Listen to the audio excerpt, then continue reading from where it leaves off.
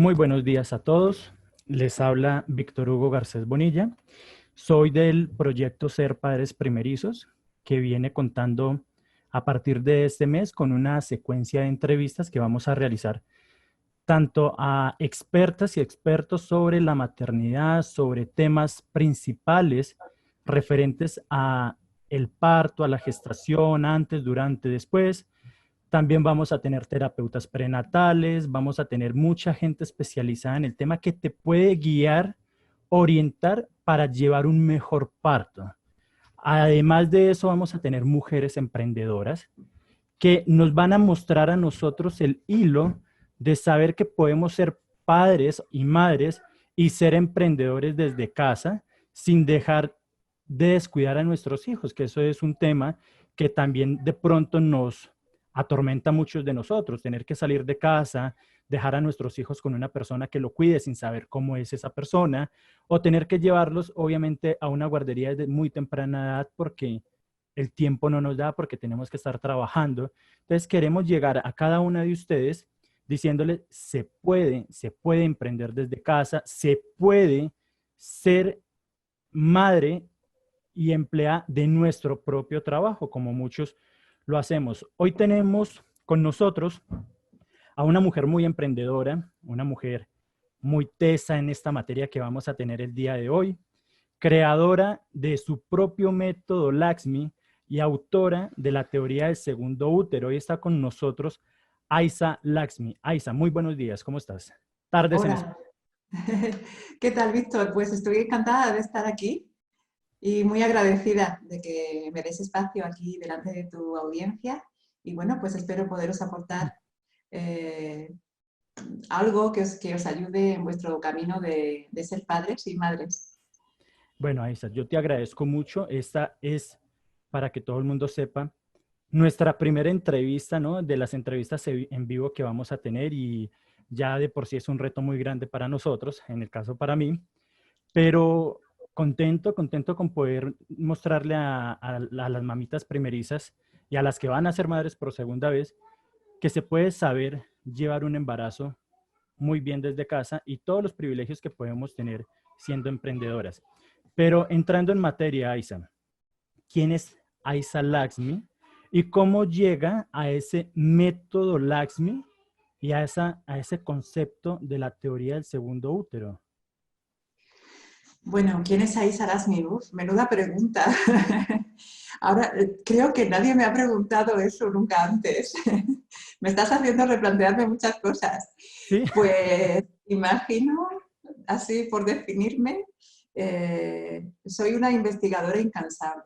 Me encanta saber cómo funcionan las cosas y especialmente soy apasionada de todo el tema del embarazo, el parto, la lactancia, de cómo se crea un bebé a partir de dos células. Se crea ese milagro de la vida en el interior del útero de una mujer y, y soy una apasionada del acompañamiento al embarazo y al parto. Estoy convencida de que el parto puede y debe ser una experiencia maravillosa y no esa terrible historia que nos han contado de miedo, de, de dolor, de peligro. Se puede vivir de una manera completamente diferente y de hecho es necesario que las mujeres lo vivan desde la calma, desde el saber, desde el conocerse, desde incluso el poder, ¿no? El saberse poderosas y sobre todo es muy importante para el bebé porque la forma en la que los bebés vienen al mundo les marca sobre todo en su psique, en cómo se van a relacionar con el mundo de ahí en adelante, sobre todo porque en ese momento se fija uno de los pilares de la personalidad del ser humano, que es la seguridad. Es muy importante poder estar seguros, estar tranquilos de que has llegado a un lugar que te acoge, que es un lugar tranquilo, donde vas a tener todo lo necesario y sin embargo solemos nacer rodeados de demasiado miedo y de demasiada violencia. Entonces es algo que hay que cambiar y a eso es a lo que dedico mi vida ahora mismo. Bueno, increíble. Pero entonces, con todo esto, para poder llegar a este método y a esta teoría, bueno, Aiza nos tiene que empezar contando primero su pequeña historia porque también es madre. Y esto implica que hay retos principales antes de llegar a una conclusión de querer ser un emprendedor y trabajar desde casa, ¿cierto? Pero Aiza, cuéntanos cómo empezaste en el momento que supiste que iba a ser madre. Fue una pregunta que es muy común. ¿Fue deseado? ¿No fue deseado? ¿Llegó porque las cosas del amor? ¿Cómo fue? Bueno, mi hija fue muy, muy deseada. Llegó muy poquito después de que me casara con mi marido, con Ricardo, y la verdad es que nos casamos con la idea de tener una familia, incluso una gran familia, que al final se ha quedado en una sola hija, de momento, de momento.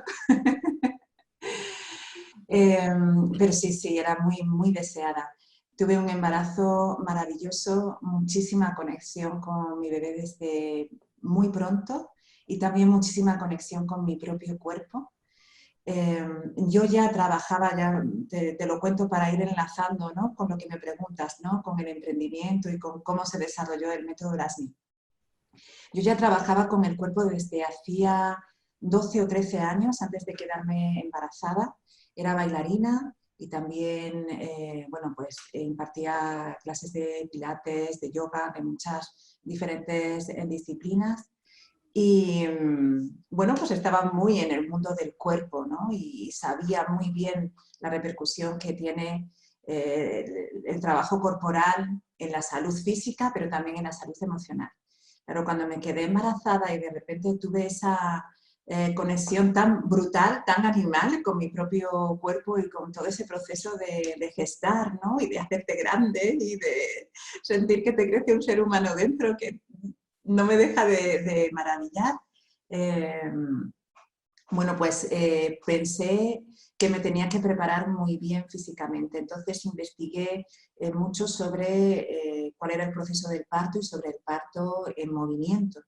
Y descubrí que muchos de los movimientos que favorecen el parto, que lo hacen más fácil para la madre y para el bebé, son los mismos movimientos que yo empleaba en algunas de las danzas, sobre todo en las danzas orientales, las danzas del vientre, que tienen muchos movimientos pélvicos y todo eso.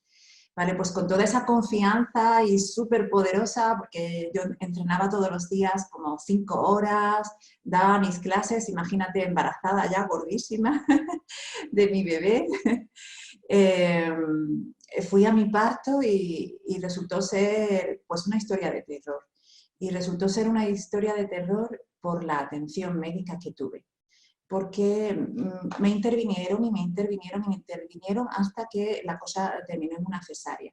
Cuando yo salí de mi parto, no sabía muy bien qué era lo que había pasado. Estaba como un poco en shock postraumático, porque no es que me maltrataran en un sentido verbal o me dijesen o me hablasen mal, sino que, pues ahora hace falta hacer esto, y ahora hace falta hacer lo otro, y me empezaban a enchufar cosas y a hacerme cosas, y el parto no progresaba y al final terminó en lo que no queríamos, que era una cesárea. Y claro, yo no sabía si todos los procedimientos médicos que me habían aplicado eran correctos o no. Entonces, pero yo sí que sentía que había ocurrido algo que no estaba bien. Lo sabía a un nivel muy intuitivo. Entonces me puse a investigar muchísimo y me di cuenta de que todas las intervenciones que me habían hecho eran completamente innecesarias y que en realidad me había puesto en riesgo mi salud y la de mi bebé. Pero además de eso, tuve una revelación muy grande, que es lo que ha dado pie a esa teoría del segundo útero de la que hablabas cuando me presentaste y bueno, y a gran parte de lo que es la metodología del método LASMI para el embarazo, el parto y el posparto, que es que me indujeron el parto, o sea, lo arrancaron, digamos, de manera artificial con una sustancia que se llama oxitocina sintética, y que es muy común, se usa muchísimo, no solamente para iniciar el parto de manera artificial, sino para cuando una mujer llega de parto al hospital y parece que se le frena un poco la dinámica, ahora le ponemos oxitocina sintética y eso hace que todo se acelere más, pero claro, produce unas contracciones uterinas muy intensas, muy, muy dolorosas, y entonces ya pues la mujer tiene que pedir epidural y empieza ahí una cascada de intervenciones y es muchísimo más fácil que todo acabe torciéndose y en lugar de tener un parto natural, pues acabes teniendo un parto intervenido, una intervención en el parto. Lo curioso de mi caso es que yo tuve esa oxitocina sintética durante 14 horas y no me dolía nada en absoluto. Lo que yo sentía era que mi útero era un músculo muy fuerte que era capaz de contraerse con mucha fuerza.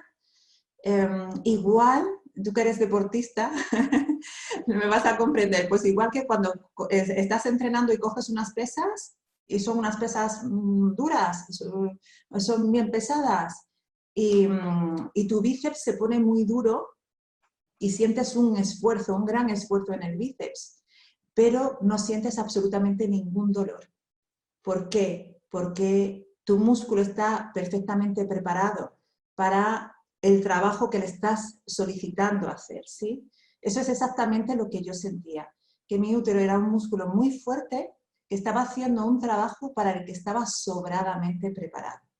Y bueno, y con esa curiosidad innata que tengo por saber cómo funcionan las cosas, porque bueno, no lo he dicho, pero soy arquitecto técnico de carrera, ¿no? Me gusta mucho todo el tema de la física y me adentré muchísimo más profundamente en la anatomía, en comprender cómo funciona el útero de las mujeres, eh, el saber que el útero es un músculo, que es algo que la gente no sabe, pero el útero es un músculo muy poderoso, muy fuerte, es tan fuerte que es capaz de empujar a un ser humano completo fuera del cuerpo de una mujer y, y es un músculo que se puede fortalecer y que se puede relajar para tener un parto más fácil, y que es lo que me ocurría a mí, que gracias a todo el trabajo físico que había realizado antes y durante mi embarazo, mi útero estaba en muy buenas condiciones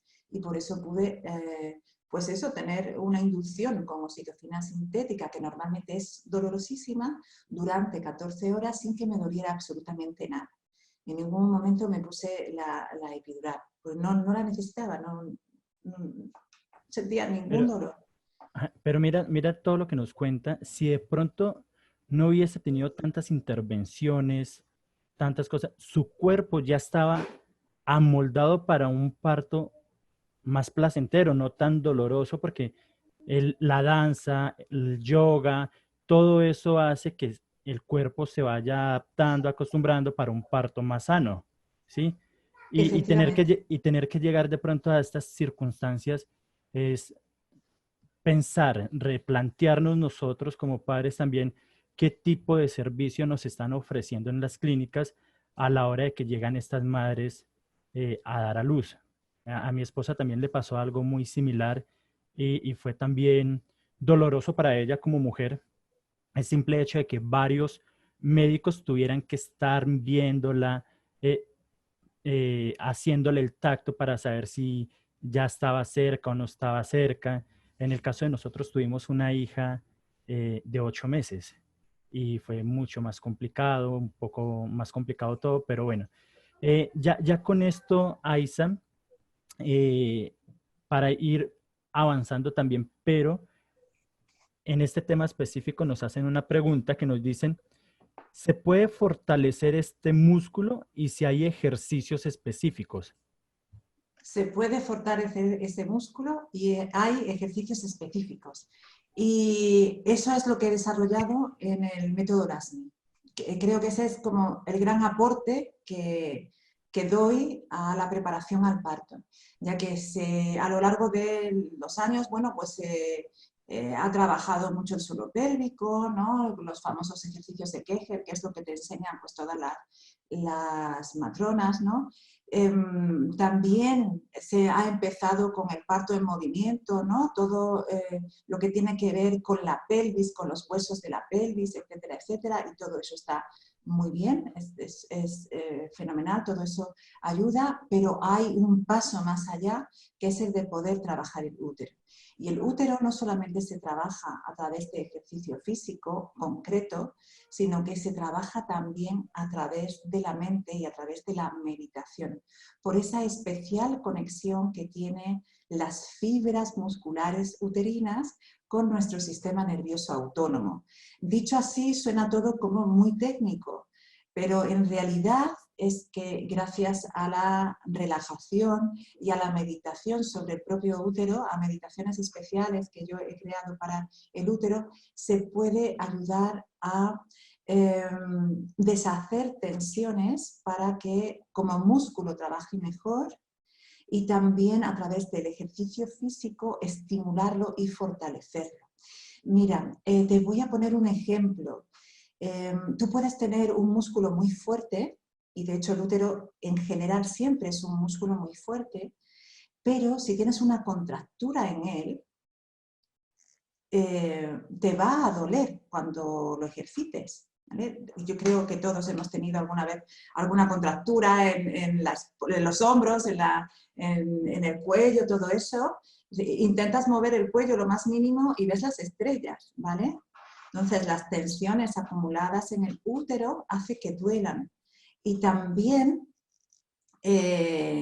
otra cosa que hace que duela un músculo es que si tú pretendes coger una carga, agarrar una carga que es más pesada de la capacidad de tu músculo va a empezar a temblar. Eso se llama espasticidad, ¿vale? Y quizá la puedas conseguir agarrar y subir un poco, pero te va a costar mucho trabajo y te va a doler también, ¿vale? Esa es la otra parte que está ocurriendo en los úteros de las mujeres, y es que no los utilizamos, ¿vale? No los utilizamos. Y ahí también hay un aspecto que es sociocultural. ¿Cómo se utiliza el útero? Me estaréis preguntando. Pues mira, por un lado el movimiento es algo muy, muy importante, porque no sé si habéis observado, veréis, el útero, si bien es un músculo, es una musculatura lisa, quiere decir que no lo puedes controlar a voluntad. Tú no puedes decir como un bíceps, venga, pues ahora lo contraigo y ahora lo estiro, ahora lo contraigo, ahora... No se entrena de esa manera, ¿sí? Hay que hacerlo de una manera indirecta. Se parece en ese sentido a la musculatura que forma el sistema digestivo. Nuestro sistema digestivo es también musculatura lisa. Sabéis que si pasas mucho tiempo sentado, sentada, sin moverte, la digestión se hace cada vez más difícil y mucha gente ahora mismo sufre de estreñimiento. Ese estreñimiento es porque no le funciona como músculo el sistema digestivo, porque pasan demasiadas horas sentados. ¿Cuál es la recomendación? Caminar, moverse, bailar, agacharse, levantarse. Cuando haces eso, el movimiento de tu cuerpo estimula el movimiento de tu sistema digestivo y entonces comienza a funcionar todo mejor y lo que tiene que salir sale. ¿Sí?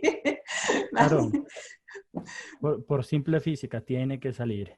Eso es. Entonces, lo que ocurre alrededor del útero es que hay un montón de músculos y de ligamentos. A través del método LASMI ponemos en funcionamiento de una manera muy específica toda esa musculatura que hay alrededor del útero, que es lo que yo llamo el segundo útero, de ahí el nombre de la Correcto. teoría. ¿Vale? Entonces lo ponemos en funcionamiento y lo estimulamos. ¿Para qué? Para que se ponga en marcha también, para que se contraiga y se estire, que es la manera que tiene un músculo de fortalecerse. ¿Vale? Pues ese trabajo continuado es un entrenamiento que hay que realizar con frecuencia, porque es un entrenamiento. Entonces, trabajando eso a lo largo de la semana durante varios meses, pues se consiguen tener partos muchísimo más fáciles y menos dolorosos. Ok, Y ese entonces es ahí como, está. digamos que ese es como el núcleo esencial de mi metodología. Pero además de eso, alrededor de eso, es comprender tu cuerpo, es conocerte muy bien, es comprender la anatomía, es tener mucha conciencia corporal, saber qué es lo que estás moviendo, conocer las cadenas musculares, ¿sabes? Porque hay veces que tú contraes un músculo de una parte del cuerpo y se contrae a la vez otro de otra parte del cuerpo. Claro. Y eso, cuando lo conoces y lo puedes aplicar al parto para relajar, por ejemplo, el suelo pélvico, facilita muchísimo el parto y también se evitan, por ejemplo, desgarros y episiotomías. Entonces, el método Orasmi es un grandísimo conocimiento sobre cómo funciona tu cuerpo y sobre cómo funciona tu mente en relación a tu útero. Correcto. Aiza, con esto que dices de tu experiencia en el parto, que fue una cesárea que no querías, te hacen esta pregunta. ¿Hay alguna manera de evitar que eso pase? ¿Existen leyes, lugares especiales donde se respete el deseo de una madre a tener un hijo de manera natural? De hecho, sin medicamentos, incluso con asistencia médica. Sí, mira, esto es algo que tenemos que ir consiguiendo entre todas, ¿vale? Y hay que empezar por el propio parto de una misma y por el nacimiento de cada uno de nuestros bebés. La medicina, sobre todo a partir de los años 60 del siglo pasado, del milenio pasado, ¿vale? Se ha vuelto muy intervencionista en el parto en un intento de controlar un proceso fisiológico. Es muy parecido a querer controlar la digestión. O sea, intervenir en el parto es muy parecido a pues que la comida que te comas, ¿vale? Te la pasen primero por una batidora, te la introduzcan en el cuerpo a través de un tubo, te den medicación para digerirla y después te la extraigan con un extractor, ¿vale? Sencillamente no es necesario y todo lo que aporta al proceso son riesgos, ¿vale? Entonces, ¿qué es lo que hay que hacer? En primer lugar es ir muy informada al parto. Te tienes que informar sobre qué es un parto de verdad. Y desgraciadamente no cuentan eso en las preparaciones al parto. Salvo profesionales, que ya hay muchas matronas, parteras, obstetras, que están muy concienciadas y que sí, que ayudan a las mujeres a tener un parto natural, la preparación al parto tradicional en las últimas décadas ha consistido en explicarle a las mujeres cuándo se pueden poner la epidural y lo maravillosa que es para quitar el dolor, ¿vale? Sin explicar ninguno de sus riesgos. Entonces, claro, lo primero es informarse muy bien, informarse de cuáles son las intervenciones y de cuándo sí están indicadas y de cuándo no están indicadas. En ese sentido te tienes que formar, te tienes que formar. La otra parte es saber que la responsabilidad sobre tu cuerpo y de tu bebé es tuya, no es del médico. Es que estamos educastrados en general, en el sentido de que siempre atendemos a que hay autoridades que están por encima de nosotros. Pues cuando somos pequeños son nuestros padres, nuestros profesores, y luego está el médico, el cura, en fin, ¿vale? Pero el médico está para diagnosticar y para proponerte un tratamiento o una intervención. Pero la decisión sobre si tú te tomas una pastilla o no te la tomas es tuya, ¿vale? En ese sentido, eso es la autonomía del paciente. Sí hay leyes. En España, por ejemplo, está la Ley de Autonomía del Paciente, precisamente que se llama así, de 2002, pero fijaos que ya lleva 18 años y muchos médicos no saben ni que existe y todavía creen que son ellos los que tienen que tomar las decisiones en lugar del paciente o en lugar de este caso de la mujer que da a luz, ¿vale? Y no es así, entonces somos cada uno de nosotros, cada una de nosotras, las que nos tenemos que informar y decir, no, no, es que la responsabilidad sobre lo que ocurre en mi cuerpo es mía. Hay un miedo a desobedecer al médico. Y muchas veces los médicos toman ese miedo para conseguir hacer lo que ellos quieren. vale, pues si no te hacemos esta intervención o no te ponemos este medicamento, es bajo tu responsabilidad, te dicen. Ah, pues si no te hacemos esto, eso es bajo tu responsabilidad, tú verás lo que va a pasar. Bueno, bajo tu responsabilidad va a ser todo, porque no va a ser el médico el que viva las consecuencias, ni de la intervención ni de la falta de intervención. ¿Vale? Entonces tiene que quedar muy claro que la responsabilidad es tuya y la decisión es tuya siempre. Y que sí vale desobedecer a un médico, no pasa nada. El médico, por ética, debería de obedecer siempre a la evidencia científica, pero desgraciadamente en el parto no es así, porque la evidencia científica en el parto lo que dice es que no se debe intervenir, que solamente se debe intervenir cuando es necesario, porque toda intervención implica riesgos y porque el parto es un proceso fisiológico, pero es cierto que no lo hacen así. De hecho, la Organización Mundial de la Salud recomienda que el número de partos, el número de cesáreas esté por debajo del 10%, que haya un máximo de un 15% de cesáreas, y sin embargo, las tasas de cesáreas en casi todos los países del mundo, salvo los países nórdicos, están, bueno, en España, por ejemplo, en los hospitales privados, en los hospitales públicos es del 26%, y en los hospitales privados de más del 40% de media. Y en Latinoamérica y en Estados Unidos se dispara la estadística muchísimo, muy por encima de eso. Hay algo que no se está haciendo bien por parte de los profesionales médicos, sinceramente, o sea, hay que decirlo así. Y las cifras están claras, no es que yo me lo... No es una opinión mía, ¿vale? No es una opinión, es una cuestión de mera estadística. La otra cuestión es que las mujeres van con muchísimo miedo al parto y a dejarse hacer, ¿vale? Entonces, este miedo y este desconocimiento lleva a que el médico sea el que se encargue y que actúen por protocolo. Entonces, no es que haya una maldad intrínseca en la clase médica, ¿no? Que podría parecer, sino que hay una costumbre ya establecida en protocolos de, bueno, pues llega una mujer de parto al hospital y yo como médico le hago esto, y la mujer ni me pregunta, ni yo le pregunto a ella, ¿vale? Pues esto tiene que cambiar. Te tienen que pedir permiso. Y Claro, es hay que un documento... uno va con los ojos vendados a que el médico lo sabe todo y él es el Dios ahí en el momento y lo que él diga se tiene que hacer. No, exactamente. Pues esto tiene que cambiar. Pero bueno, esto también debe de cambiar también cuando te haces una operación quirúrgica. O tú te vas a hacer, no sé, una operación de un trasplante de riñón sin saber en qué consiste la operación. Claro, no, ¿Eh? ¿No? uno tiene que ser muy consciente de hacerse eso. Mira que en el caso de nosotros con mi esposa también ella tuvo una preparación, ella leía mucho, se documentaba para saber de pronto qué le estaban haciendo, de qué manera se lo estaban haciendo.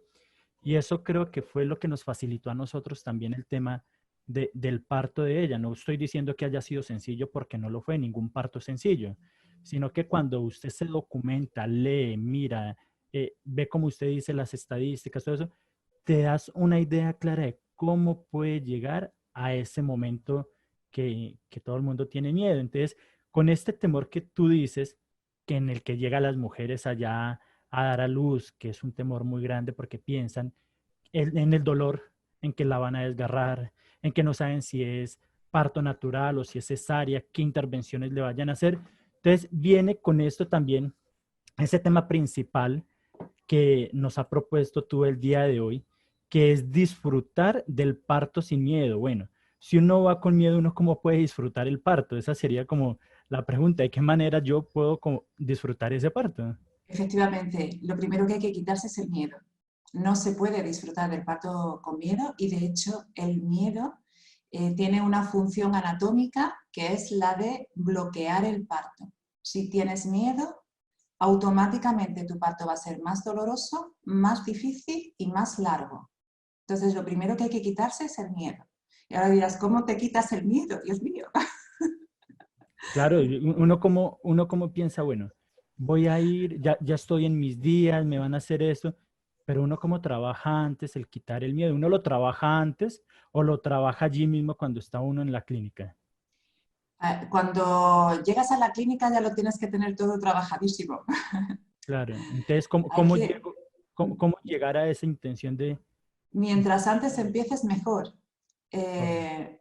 Mira, bueno, voy a ofrecer en junio un reto gratuito que se llama Reto Vence tu miedo al parto, que son 5 días, desde el 1 de junio hasta el 5 de junio, en el que abro una ventana online a la metodología del método Laxmi, para que veáis lo que es, también para sembrar conciencia sobre lo importante que es el nacimiento para el propio bebé, para la vida y la salud del propio bebé. Y ahí voy a dar muchos recursos. Pero por contestar a tu pregunta, vamos a comparar el parto con subir a una montaña. Imagínate que vas a subir al Everest, ¿vale?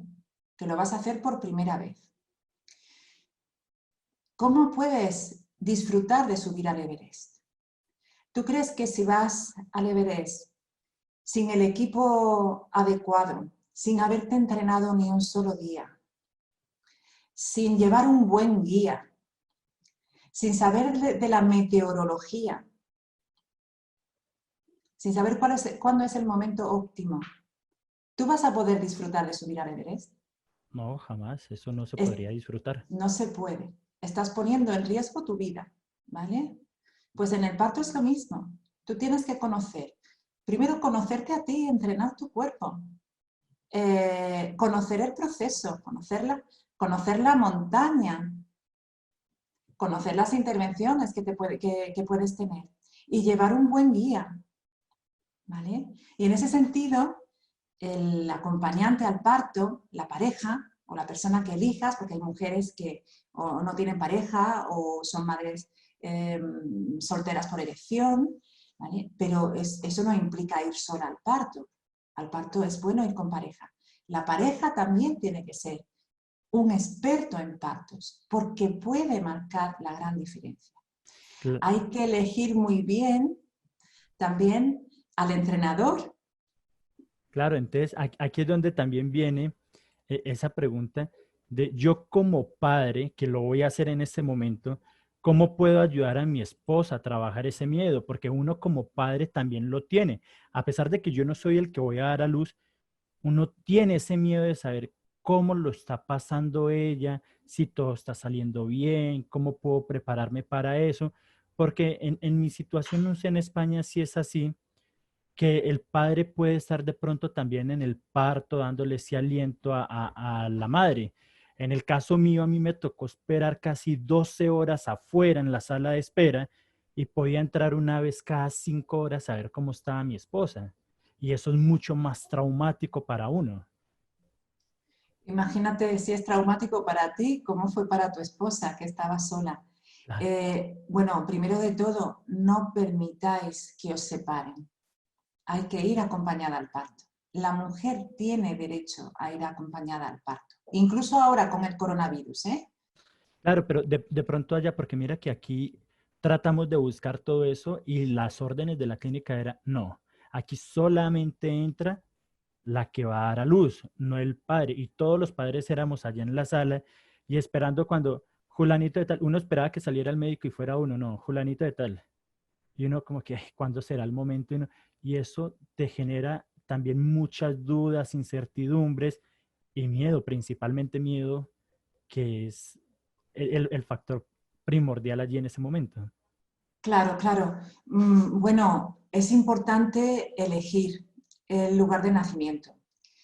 Soy consciente de que en muchas ocasiones no se puede elegir. O sea, quizá quien viva en una ciudad grande puede elegir entre 3 o 4 hospitales diferentes, y las personas que viven en zonas rurales que tienen solamente un hospital de referencia por la comarca, pues tienen que ir ahí sí o sí. En España sí que se puede ir acompañado. Hay que ver cuál es bueno, el protocolo, ¿no?, de cada hospital y de cada país. Pero os digo una cosa, los protocolos están para cambiarlos, ¿vale? Entonces, ¿cómo se cambian las cosas? Con diálogo. La primera vía de diálogo que hay con los profesionales médicos es a través del plan de parto. El plan de parto es un documento muy importante, es un documento jurídicamente vinculante, porque ahí es donde la mujer expresa los permisos que da y los permisos que quita, es decir, lo que permite que le hagan en su parto y lo que no permite que le hagan en su parto, ¿no? Entonces, una de las cosas que se deben escribir en el plan de parto es quiero ir acompañada. Y, y además hay que pedir que ese plan de parto sea adjunte al historial médico, que esté ahí, que esté informatizado, a ser posible, junto con todos los demás datos sobre la evolución de tu gestación. Y que te lo aprueben. Y ahí es donde viene el diálogo. O sea, si estás en un hospital en el que tradicionalmente no se deja pasar a un acompañante con la mujer, bueno, pues echar mano de la evidencia científica. Hay que decir que ningún hospital, ningún profesional médico se puede saltar a la torera a la evidencia científica por el mero hecho de respetar un protocolo hospitalario. Un protocolo hospitalario jamás puede ir en contra de la evidencia científica. Y la evidencia científica lo que dice es que los resultados de los partos son mejores si la mujer está acompañada, porque el parto tiene un componente emocional muy importante. Entonces, comenzar ese diálogo desde ahí, siempre desde la evidencia científica, un médico no se puede negar, ¿vale? No está en su no tiene derecho a negarse a hacer algo que va a favor de la evidencia científica. No pueden hacerlo. ¿Qué pasa? Que puede ser que tú seas la primera que vaya acompañada al parto en tu hospital de referencia. Pues maravilloso, porque así le abres el camino a todas las demás. Y esto es una cuestión de negociación. Se puede ser un poco más bestia que eso. Y te voy a contar una anécdota, si me lo permites, Víctor. Claro, claro que sí. Mirad, en Estados Unidos en los años 60 o 70, no recuerdo bien, se puso de moda el que a todas las mujeres primerizas se le hiciese una episiotomía y se sacase al bebé con forceps. ¿Por qué? Porque hubo un ginecólogo que escribió un libro que se hizo muy famoso en la profesión, que básicamente lo que venía a decir es que eso de parir de manera vaginal era una cosa de salvajes, que las mujeres occidentales ya no eran capaces de hacerlo, que ya solo lo sabían hacer bien las mujeres que vivían por ahí en tribus perdidas, y que entonces a las mujeres primerizas había que sacar al bebé con forceps sí o sí. Entonces eso se extendió por todo Estados Unidos y se hizo, aunque va en contra de la razón, en contra de la evidencia, o sea, sin ninguna evidencia científica ni nada de nada. ¿Qué es lo que ocurrió en la época? Sí, fue en los 60, ahora que 50-60. De hecho, se dormía por completo a la mujer. Porque no existía la técnica de la anestesia epidural tal como la conocemos ahora, sino que te anestesiaban por completo. Entonces la mujer entraba con su bebé en la tripa, la dormían por completo, le sacaban al bebé con forceps y se iba con su bebé en los brazos sin haberse enterado de si había dado a luz o no había dado a luz.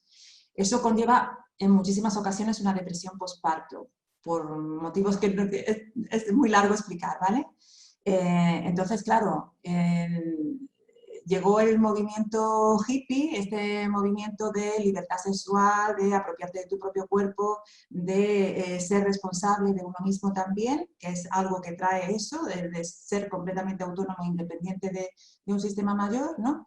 Y entonces ocurrió que una pareja fue al parto esposados, con unas esposas y sin la llave de las esposas.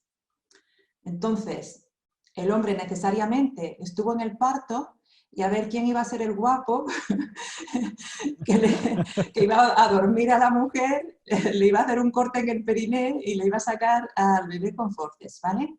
Y así, de una manera muy bestia, consiguieron erradicar esta práctica, que es una auténtica salvajada. Es una auténtica locura. Entonces, no estoy animando con esto a nadie a ir esposado Claro. al paritorio. No es el momento de ir a hacer guerra. Esas batallas hay que ganarlas antes y hay que ganarlas a través del diálogo y hay que ganarlas a través de la evidencia científica. Entonces, No pasa nada, los protocolos están para cambiarlos y las leyes están para cambiarlas también para mejor. No hay que tener Claro, miedo a eso. claro que sí. Mira que aquí solamente en Colombia, no sé si pasa en otros países, yo puedo ir al parto con mi esposa si pago en una clínica reconocida y privada. De lo contrario, en los que de pronto tenemos ese tipo de EPS que uno mismo paga y todo eso, no te permiten, pero es cierto lo que dices, es solamente documentarse, saber, organizarlo antes de, para uno poder estar allí porque es realmente traumático. Y con esto que nos contaba, hombre, uno se pone a pensar y a decir, si se sacaba antes a los niños con esos aparatos, una fuerza mal ejercida no hacía que esos niños de pronto también salieran con alguna complicación o que de pronto ni nacieran vivos, porque A es ver, que, toda intervención supone un trauma para el bebé, ¿vale? Hay maneras y maneras más o menos traumáticas de hacerlo, pero claro, el riesgo está ahí, el riesgo está ahí. Entonces, mientras menos intervención, mejor, ¿vale? El uso de los forceps ahora mismo, tal cual se está aplicando ahora mismo, es prácticamente una consecuencia del uso de la epidural. Porque cuando la mujer se anestesia, no se le permite el movimiento, porque ya te quedas sin fuerza y sin control motor, y también sin sensibilidad, no sabes lo que está ocurriendo dentro de tu cuerpo, las contracciones uterinas son mucho menos efectivas y además tu útero, que ya de por sí tiene menos fuerza, porque es una de las consecuencias que trae el uso de epidural, está empujando a un bebé en contra de la gravedad.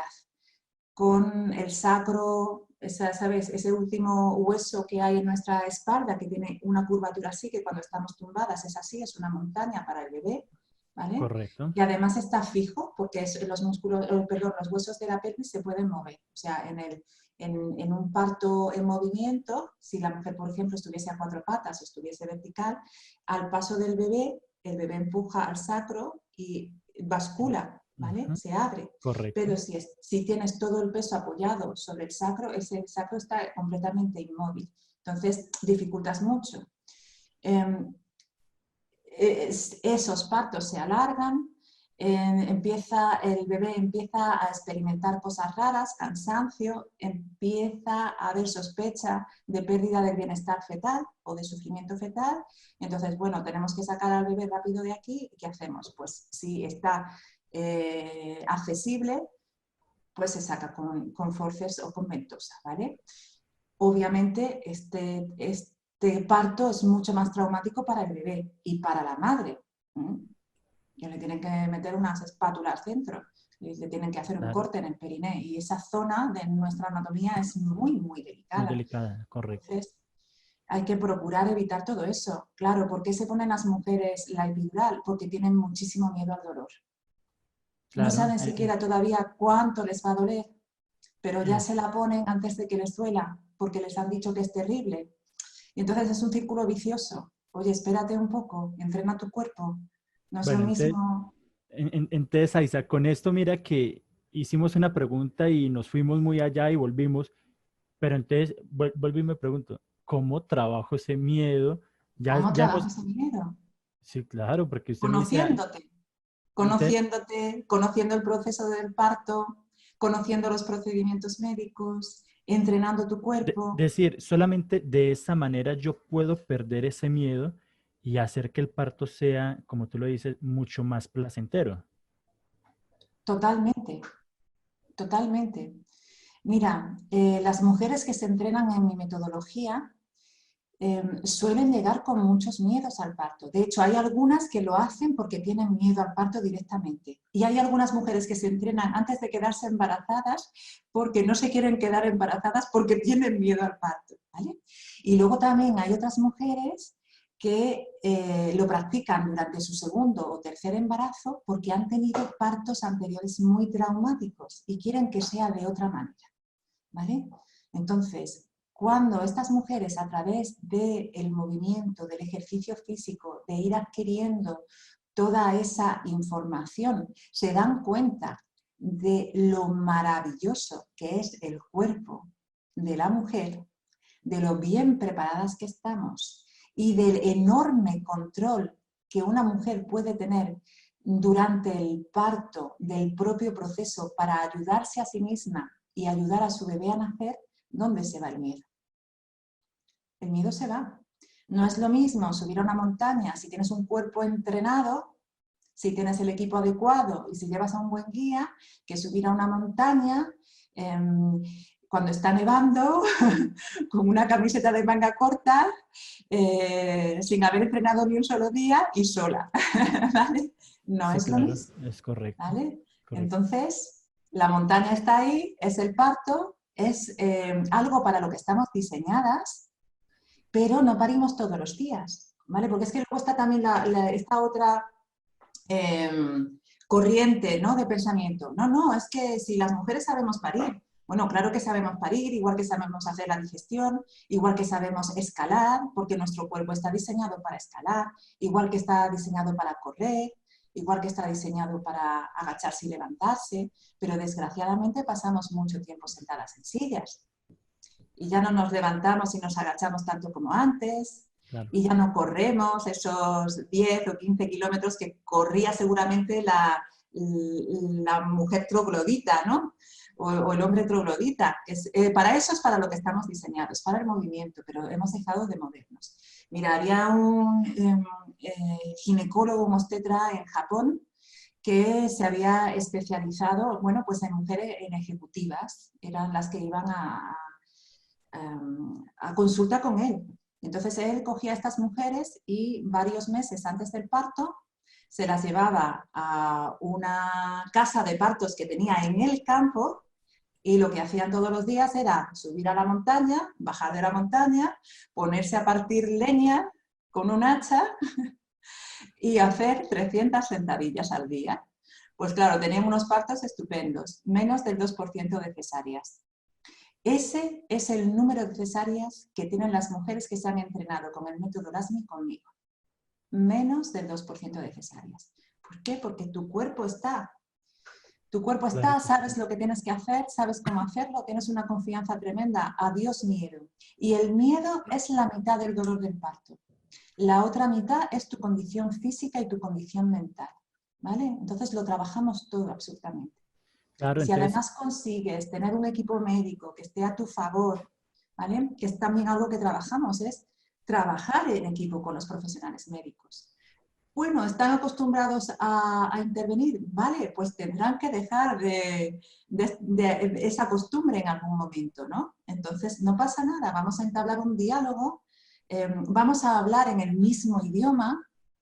Ahora, yo sí soy experta, soy una embarazada experta, conozco la terminología, porque muchas veces hay como un escalón muy grande, el médico te habla en unos términos que tú no comprendes y tú, claro, te haces muy chiquita y dices, claro, este hombre debe tener razón porque está hablando de cosas que yo no comprendo, pero cuando tú comprendes el idioma y comprendes la evidencia científica que hay ahí detrás, y no es nada tan complicado, pero es información, te tienes que formar, ¿entiendes? claro, el conocimiento es Entonces tú poder, dicen por ahí.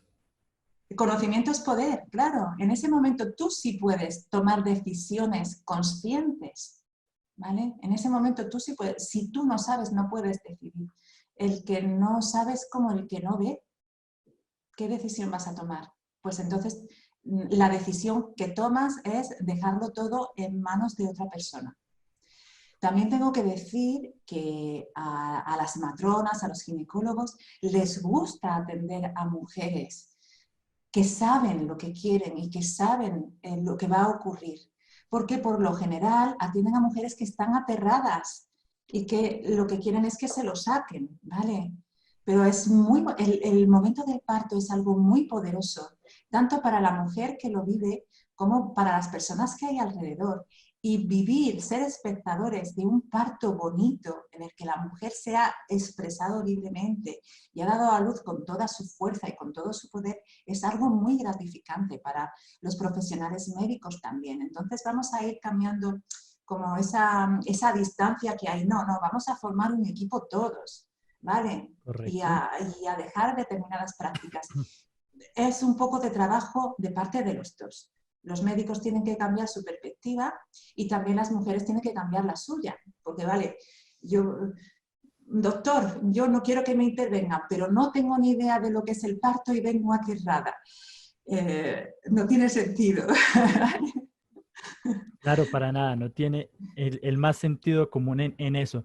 Ve, Aiza, con esto también uno puede decir, yo vengo preparándome ya con tiempo para perder ese miedo, conociendo, instruyéndome, leyendo. Voy súper preparado porque me estoy preparando de que mi parto es en 9 meses, normalmente, y me estoy preparando para la fecha que está estipulado en mi calendario, decir, aquí voy a dar a luz. Pero si se me viene mi bebé un mes antes, 2 meses antes, porque pueden ser partos prematuros, ¿sí? Y usted no está preparado para eso y va con mucho más miedo, porque es que los partos prematuros también traen otra dificultad. Allí uno se tiene que preparar realmente para todo, pensándolo en que puede ser prematuro, puede ser normal. Bueno, Víctor, yo soy partidaria de que las mujeres se preparen para la mejor experiencia de parto posible y no estemos demasiado pendientes o preocupados de que pueda ocurrir una patología, algo que se salga de la normalidad. Pero sí es verdad que hay cosas que tienen más probabilidades de ocurrir que otras, ¿vale? Por ejemplo, no tiene sentido estar todo tu embarazo pensando, ay Dios mío, voy a tener una cesárea o voy a tener... No, no, me voy a preparar, voy a disfrutar de mi cuerpo, voy a estar fuerte, a conocerme para tener todos los recursos en mi mano para tener un parto natural. Luego después sí que es cierto que hay que tener determinados recursos por si pasa una intervención, como tú decías, ¿no? Pues que de repente llegue antes de tiempo. Y los bebés prematuros tienen determinadas necesidades, muchas más que otros. Entonces, lo que ocurre con muchísima frecuencia en los bebés prematuros es que se les separa de los padres, de la madre, y se les mete en una incubadora con un montón de cables enchufados por todos lados, se dificulta la lactancia materna, claro, porque todavía no están lo suficientemente maduros para poder lactar, para poder succionar, etcétera, etcétera.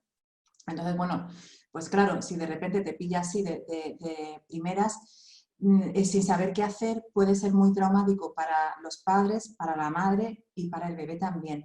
Pero sí que hay medios como más naturales de llevar todo esto. Desde hace bastantes años, en muchos hospitales ya se está instaurando un procedimiento que se llama el método canguro, que consiste en mantener al bebé piel con quien sea, con la Claro, madre, con el padre, se van es- turnando, ¿no? eso te Para iba a que... decir, porque a mí me tocó ese método canguro. Mi hija nació de 8 meses. Obviamente los médicos, y eso nunca lo habíamos leído, dicen que las probabilidades de que un bebé 7 mesino que haya nacido de 7 meses se desarrolle mejor que uno de 8, ¿sí? Y no sé basado sobre qué, me falta es como instruirme un poquito más en eso, pero mi hija nació y a mí me tocó hacer el método canguro, a mí me tocaba tener a mi hija siempre en mi pecho y solamente la soltaba para pasárselo a mi esposa y que le diera leche y volvía para un mejor desarrollo de mi hija. después de un parto traumático, sea cual sea, hay como dos o tres cosas que son universales para mejorar la situación del bebé. Y esas cosas son el contacto físico, piel con piel, constante, lo máximo posible. Es algo que se debe hacer aunque el parto no haya sido traumático. El porteo tiene muchísimos beneficios, el colecho tiene muchísimos beneficios para el bebé. Y en el caso de bebés que han tenido algún tipo de nacimiento traumático, todavía más necesario es. ¿Vale? La lactancia materna que en el caso de bebés prematuros no se puede instaurar inmediatamente, pero sí que la madre puede sacarse, puede extraerse primero el calostro y se le puede dar el calostro al bebé, hay medios de hacerlo, y después la leche materna para que siga lactando hasta que el bebé tenga la suficiente fuerza para agarrarse al pecho y mamar con normalidad. Ya te digo que esto muchas veces te pilla desprevenido y claro, si no lo sabes, pues con muchísima facilidad va a derivar todo en separación, que al bebé te lo metan en una cajita enchufado a todo tipo de aparatos y eso es muy, muy, muy traumático para el bebé y lo marca de por vida. Lo marca de por vida en el sentido de que va a sentir miedo siempre, sobre todo a estar solos, sobre todo a la noche.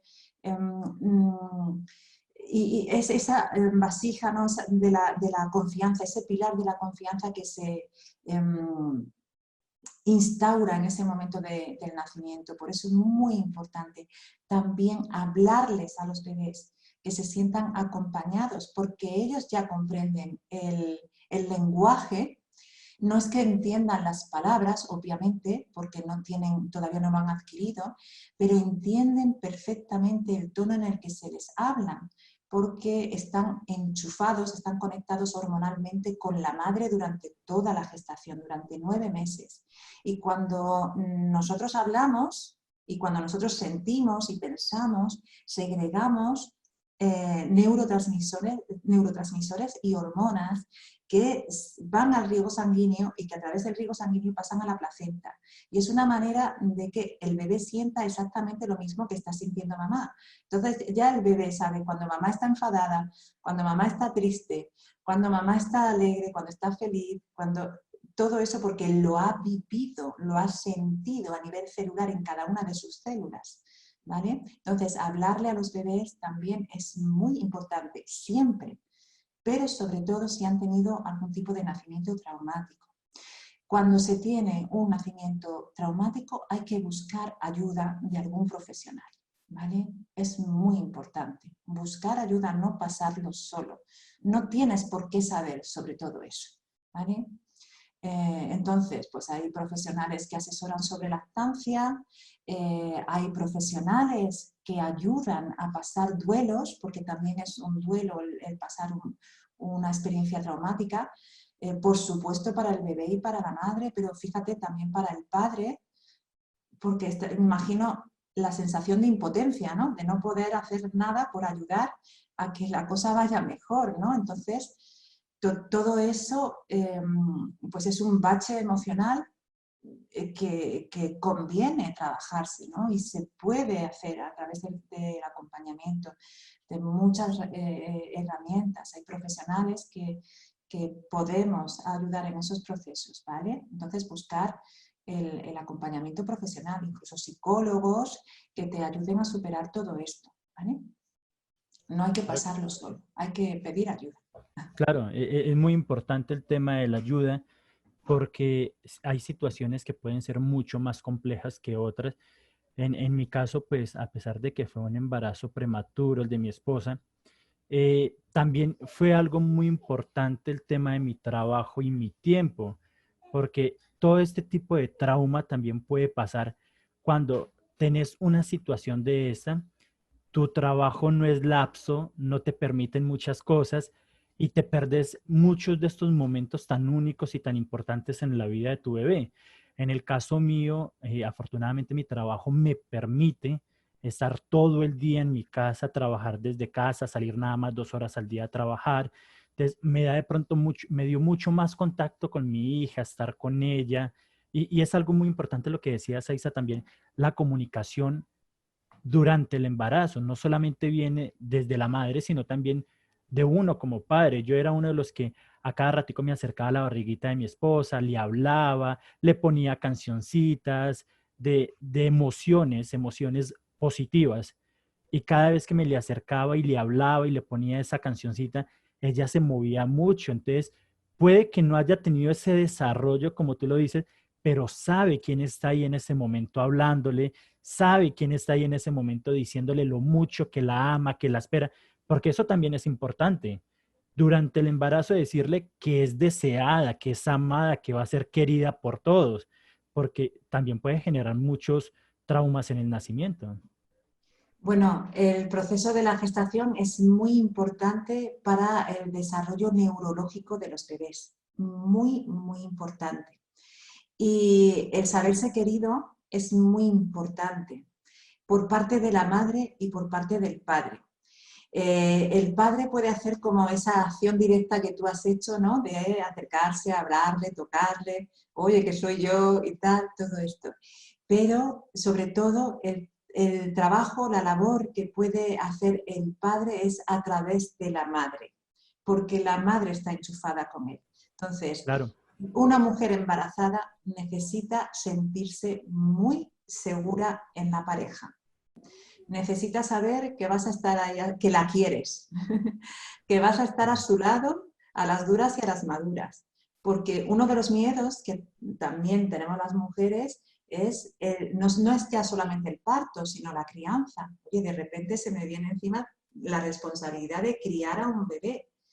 Y es muchísimo más fácil si sabes que tienes a tu lado un compañero que está ahí para ti y que te va a ayudar con todo, ¿no?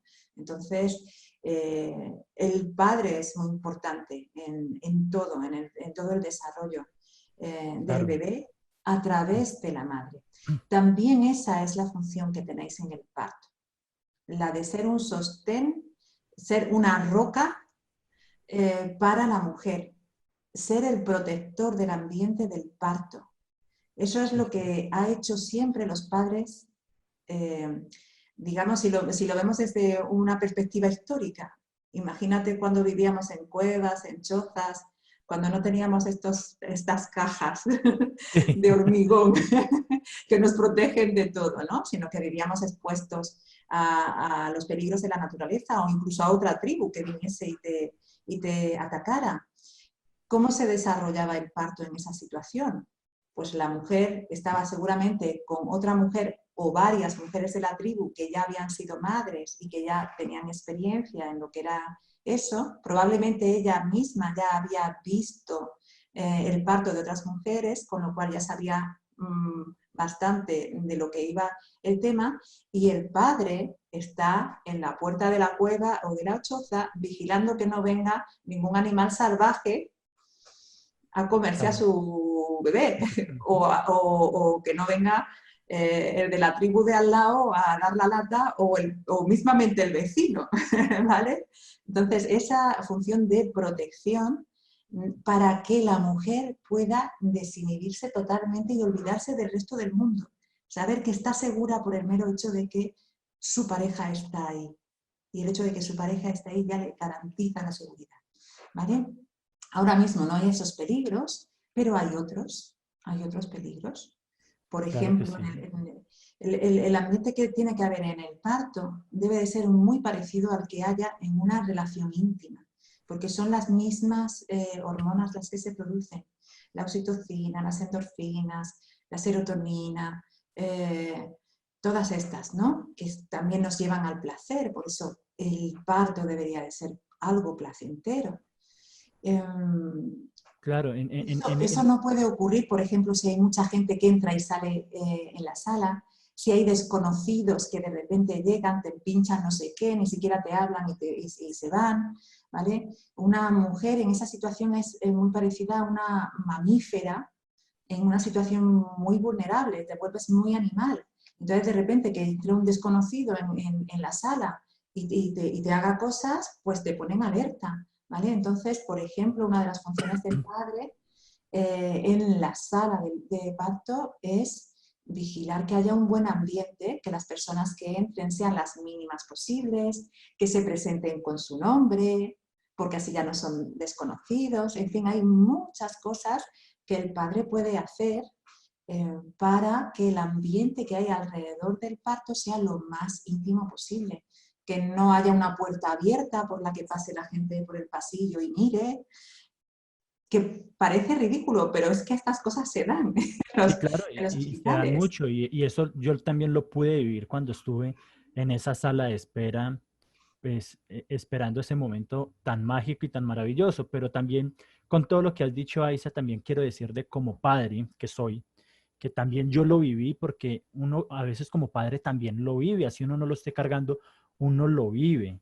Y yo sí le recomiendo mucho a los papás que el embarazo no se puede dejar solamente a que lo lleve ella. Yo era uno de los que la acompañaba a cada cita, a cada cosa que ella quería, que tenía. En ningún momento la descuidaba, porque mira lo que nos hace con este contexto histórico. El simple hecho de proteger antes, durante y después del embarazo. Y hoy en día los riesgos son mucho más altos. Hoy en día existe la trata de personas, entonces ven una mujer embarazada y la raptan solamente por tener la cría y venderla, ¿sí? Y eso lo vuelve a uno protector de muchas cosas. Yo a mi esposa jamás la dejé sola durante el embarazo.